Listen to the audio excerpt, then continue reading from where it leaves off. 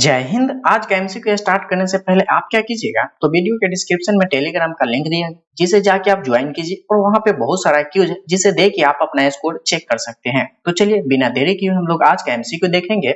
सबसे पहला क्वेश्चन क्या है, प्रोटीन का संश्लेषण होता है। प्रोटीन का संश्लेषण जो है वह राइबोसोम में होता है। क्या यह में कर लीजिएगा, राइबोसोम में होता है। इसका सही आंसर होगा ऑप्शन नंबर बी।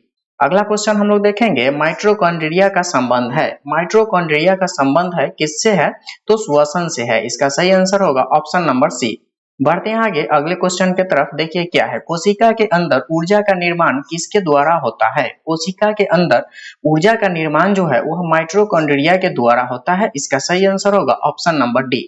अगला क्वेश्चन देखेंगे हम लोग, पादप कोशिका में डीएनए होता है। पादप कोशिका में डीएनए होता है तो हरित लवक में भी होता है, माइटोकॉन्ड्रिया में भी होता है, केंद्रक में भी होता है।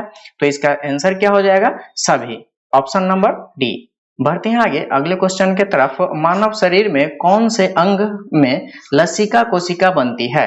मानव शरीर के कौन से अंग में लसिका कोशिका बनती है, तो दीर्घ अस्थि में जो है वह लसिका कोशिका बनता है। इसका सही आंसर होगा ऑप्शन नंबर बी।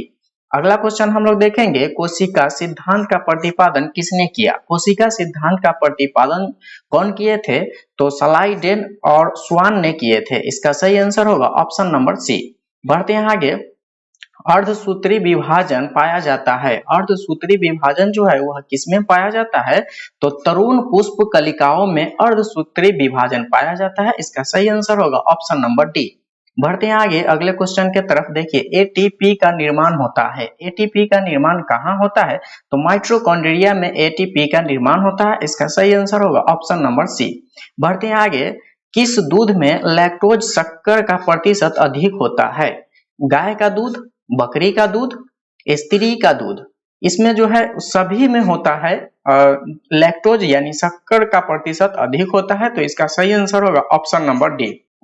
बढ़ते हैं आगे अगले क्वेश्चन के तरफ। देखिए हाइड्रोफोबिया रोग होता है। हाइड्रोफोबिया जो है वह किससे होता है, तो विषाणु द्वारा हाइड्रोफोबिया रोग होता है। इसका सही आंसर होगा ऑप्शन नंबर सी।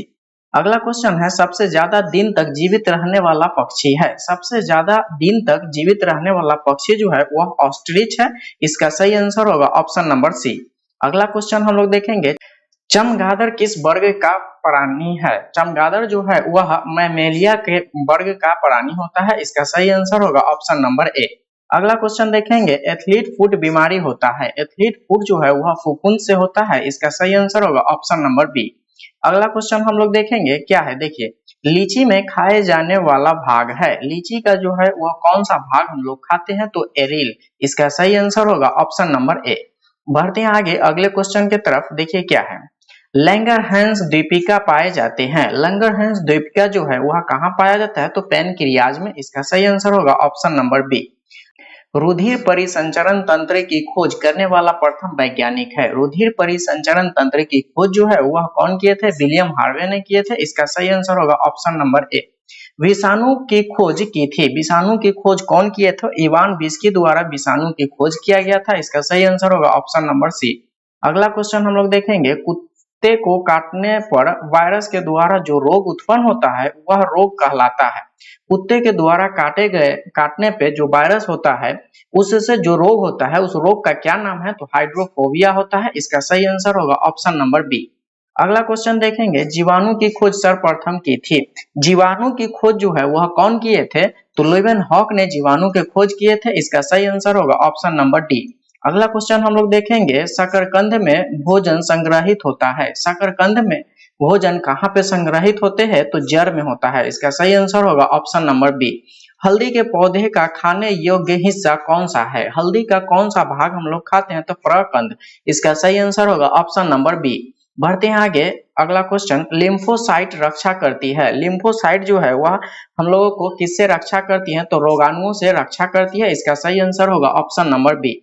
आपातकालीन ग्रंथि है। आपातकालीन ग्रंथि जो है वह एड्रिनल ग्रंथि है। इसका सही आंसर होगा ऑप्शन नंबर ए। अगला क्वेश्चन हम लोग देखेंगे, देखिए प्लेगरा रोग किस पदार्थ की लगातार कमी से होता है। प्लेगरा रोग जो है वह किसके कमी से होता है, तो नियासिन की कमी से होता है। इसका सही आंसर होगा ऑप्शन नंबर ए। मानव शरीर में मास्टर ग्रंथि कहलाती है। मानव शरीर में जो मास्टर ग्रंथि है वह किसे कहा जाता है? तो पिट्यूटरी ग्लैंड को। इसका सही आंसर होगा ऑप्शन नंबर ए। अगला क्वेश्चन हम लोग देखेंगे, रक्त का कबरगाह किसे कहा जाता है? रक्त कबरगाह जो है वह किसे कहा जाता है? तो पीलिया को कहा जाता है। इसका सही आंसर होगा ऑप्शन नंबर ए। कौन सा खनिज लवण शरीर में बहुयता यानी अधिक मात्रा में पाया जाता है? कौन सा खनिज लवण है जो शरीर में अधिक मात्रा में पाया जाता है? तो कैल्शियम। इसका सही आंसर होगा ऑप्शन नंबर बी। अगला क्वेश्चन हम लोग देखेंगे, लड़का पैदा होगा जब उसका गुणसूत्र जो है वह XY गुणसूत्र होगा तब लड़का पैदा होगा। इसका सही आंसर होगा ऑप्शन नंबर सी। अगला क्वेश्चन हम लोग देखेंगे, देखिए क्या है, स्तनधारियों में मुख्य उत्सर्जी पदार्थ होते हैं। स्तनधारियों में मुख्य उत्सर्जी पदार्थ जो है वह यूरिया होता है। इसका सही आंसर होगा ऑप्शन नंबर ए। श्वसन दर सबसे कम होता है। श्वसन दर सबसे कम कब होता है? तो नींद में अगर खर्राटे भरते हैं तो क्या होता है? उस समय श्वसन बहुत कम होता है। इसका सही आंसर होगा ऑप्शन नंबर बी।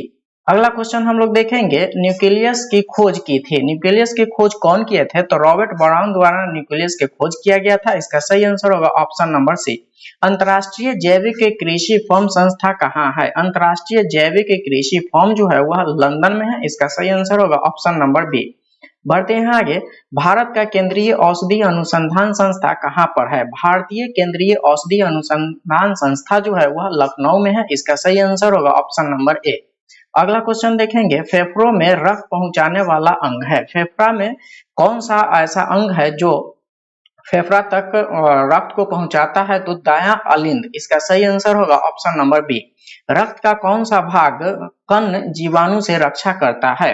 कौन सा जो है रक्त के कौन सा कण है जो जीवाणु से रक्षा करता है? तो श्वेत रक्त कण है। इसका सही आंसर होगा ऑप्शन नंबर बी। बढ़ते हैं आगे अगले क्वेश्चन के तरफ, वायुमंडल में भारी गैस कौन है? वायुमंडल में भारी गैस जो है वह कार्बन डाइऑक्साइड होता है। इसका सही आंसर होगा ऑप्शन नंबर डी।